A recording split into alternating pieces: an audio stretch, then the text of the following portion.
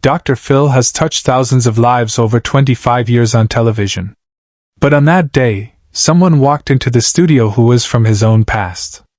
The cameras were rolling. The audience was settled in their seats.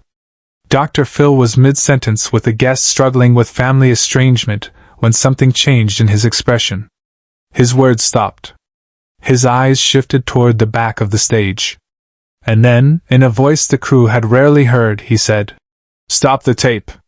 The studio fell silent. Producers exchanged glances.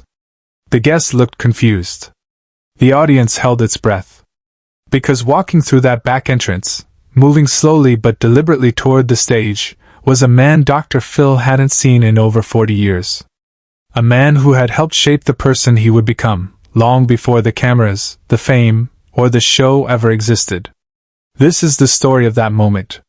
And what happened next would remind everyone in that room, and everyone watching at home, that even Dr. Phil, the man who has guided so many through their darkest hours, still carries his own history. His own gratitude. His own unfinished chapters. It started as a typical Tuesday taping. The show's focus that day was on family reconciliation, a theme Dr. Phil had explored countless times. The guest, a woman named Rebecca, sat across from him, tears streaming down her face as she described the 15-year rift with her father. She hadn't spoken to him since her wedding day, when a heated argument had fractured what was already a fragile relationship.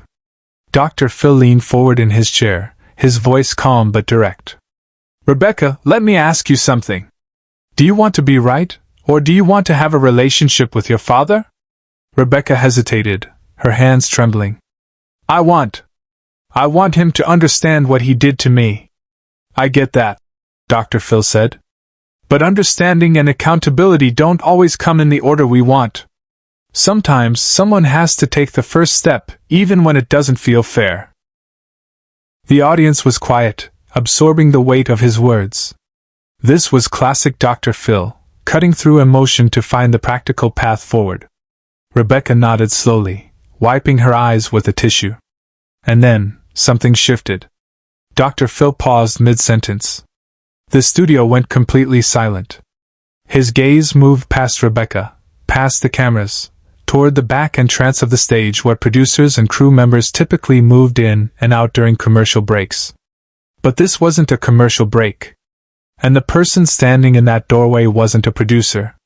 It was an older man, probably in his mid-70s, with gray hair, wearing a simple button-down shirt and slacks. He stood there, one hand resting on the doorframe, his expression a mixture of nervousness and warmth. He didn't move forward. He just waited. Dr. Phil's face transformed.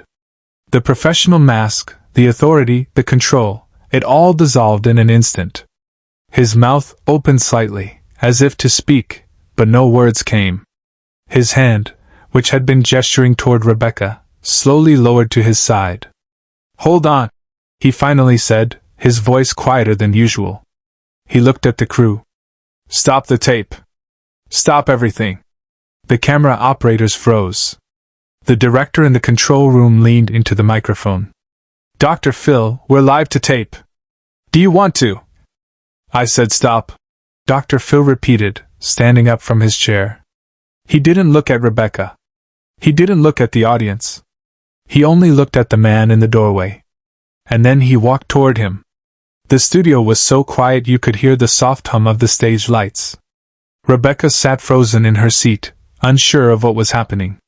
The audience leaned forward, trying to understand. Even the crew members, who had seen Dr. Phil handle thousands of unpredictable moments, had never seen him like this. Dr. Phil reached the man and stopped a few feet away. For a moment, neither of them spoke. They just looked at each other, two men separated by decades but connected by something the audience couldn't yet understand. "Joe," Dr. Phil finally said, his voice breaking slightly on the name. The man, Joe, nodded. "Hello, Phil." And then Dr. Phil did something almost no one had ever seen him do on his own show. He stepped forward and pulled Joe into an embrace. Not a polite hug. Not a professional gesture. A real, honest, tight embrace between two people who had once mattered deeply to each other. The audience began to murmur. Some wiped their eyes. Others whispered to the person next to them. But no one knew the full story yet. No one understood why this moment had just brought Dr. Phil McGraw, one of the most composed figures on television, to the edge of tears. Subscribe and leave a comment, because the most powerful part of this story is still ahead. When Dr. Phil finally stepped back, he kept one hand on Joe's shoulder, as if afraid he might disappear if he let go. He turned to the audience, his eyes slightly red, and said, "I need to explain something." He gestured for Joe to sit in the guest chair next to Rebecca, who had now realized this wasn't about her anymore. She moved to a seat off to the side, giving the two men space. Dr. Phil sat back down, but his posture was different. He wasn't the host anymore. He was just a man with a memory he needed to share. "This," he said, pointing to Joe, "is Joe Denton. And I haven't seen him in 42 years. The audience was riveted. Dr. Phil took a breath, composing himself. "When I was 19 years old, I was lost. I was angry, directionless, and honestly, I was heading down a really bad path. I dropped out of college. I was working odd jobs, getting into fights, making terrible decisions. And I had convinced myself that I didn't need anyone's help." He looked at Joe, who was listening quietly, his hands folded in his lap. "Joe was my high school football coach," Dr. Phil continued. "But more than that, he was the first person who didn't give up on me when I'd already given up on myself." Joe smiled softly but said nothing. "I showed up at his house one night," Dr. Phil said, his voice steadier now. "I was 19, drunk, angry at the world. I don't even remember why I went there. But I knocked on his door at 11 o'clock at night, and he didn't turn me away. He let me in. He made me coffee. And he sat with me for 4 hours while I talked about everything that was eating me alive." Dr. Phil paused, looking down at his hands. "At the end of that night, Joe said something to me I've never forgotten. He said, 'Phil, you're not broken. You're just stuck. And the difference between being stuck and being lost is that stuck people can still move forward. They just need to decide to do it.'" The audience was silent, hanging on every word. "I left his house that night and I made a decision," Dr. Phil said. "I went back to school. I got my life together. I stopped blaming the world and started taking responsibility. And every step I took after that night, I took because Joe believed I could." He looked back at Joe, who was now visibly emotional. "But here's the part I'm not proud of," Dr. Phil said. "I never went back to thank him. I got busy. Life moved fast. I built a career, started a family, and somewhere along the way, I convinced myself that he probably didn't even remember that night. That it wasn't as big a deal to him as it was to me." Joe finally spoke, his voice quiet but firm. "Phil, I remembered." Dr. Phil nodded, his jaw tight. "I know you did. And I should have come back sooner." Off camera, Dr. Phil made a choice no producer expected. He stood up, walked off the stage, and returned a moment later holding something small in his hand. It was a worn, folded piece of paper, yellowed with age. "I found this 2 weeks ago," Dr. Phil said, holding it up. "I was going through old boxes in my garage, and I came across something I'd written the morning after that night at Joe's house." He unfolded the paper carefully and read aloud. "Thank you, Coach Denton. I don't know if I'll ever be someone important, but if I am, I'll make sure people know it started with you." His voice cracked on the last few words. He looked at Joe. "I wrote that 42 years ago. And I never gave it to you." Joe's eyes filled with tears. The audience was openly crying now, many of them standing without realizing it. Dr. Phil handed Joe the paper. "I'm giving it to you now. 42 years too late. But I'm giving it to you." Joe took the paper with both hands, looking down at the handwriting of a 19-year-old kid who would one day become the man sitting across from him. He folded it carefully and placed it in his shirt pocket, right over his heart. "You don't owe me anything, Phil," Joe said. "You never did. I saw something in you that you couldn't see in yourself yet. That's what coaches do. That's what people who care do. Dr. Phil wiped his eyes quickly, trying to regain composure, but it was clear this moment had cracked something open in him. The reason I'm sharing this, Dr. Phil said, turning back to the audience, is because I want you to understand something. We all have people in our lives who changed us. People who showed up when they didn't have to. People who believed in us when we didn't believe in ourselves. And we owe it to them, and to ourselves, to let them know. He looked at Rebecca, who was still sitting off to the side, tears streaming down her face. Rebecca, you came here today to talk about your father.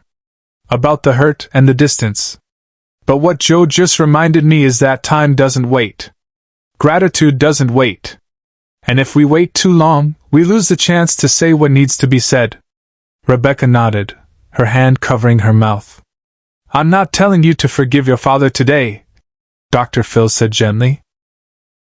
I'm not telling you to forget what happened. But I am telling you that life is short. And the people who shaped us, for better or worse, deserve to know how we turned out. He looked back at Joe. Joe, you changed my life. And I never told you. But I'm telling you now, in front of all these people, so there's no more waiting.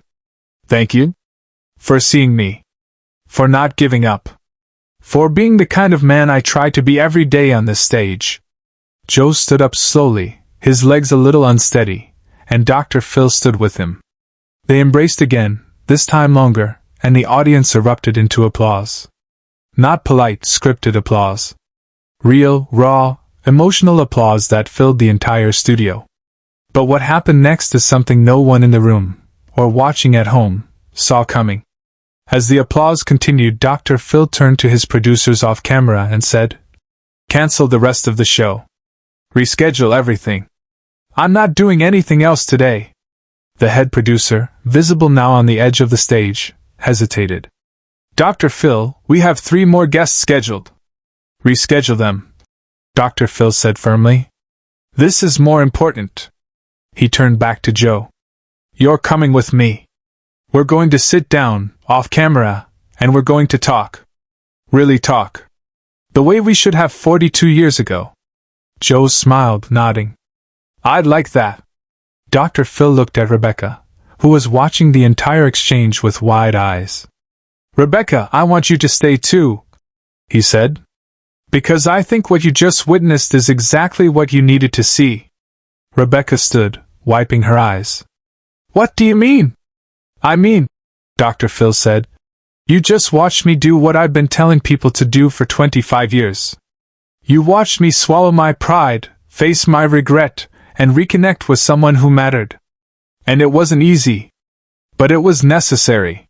He walked over to her, his voice softer now. "Call your father, Rebecca. Don't wait another 15 years.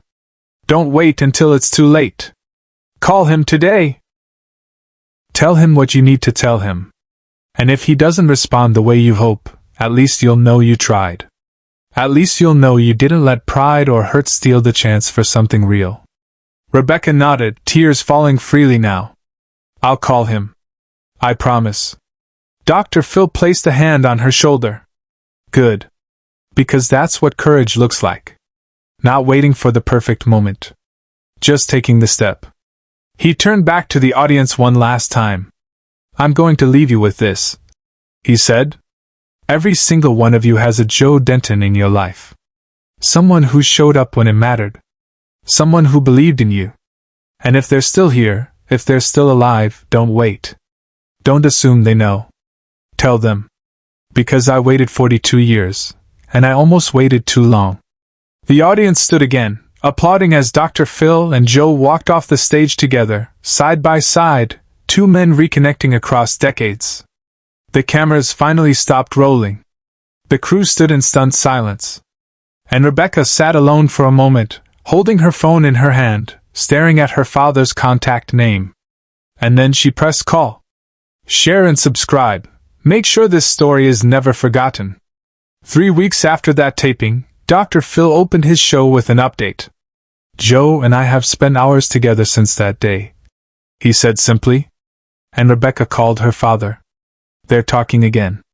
He paused, looking directly into the camera. Don't wait 42 years. Don't wait 15. The people who shaped you deserve to know. Tell them today. The lesson wasn't just for his guests anymore. It was for him. And sometimes the most powerful thing a guide can do is show that he, too, is still learning how to find his way home.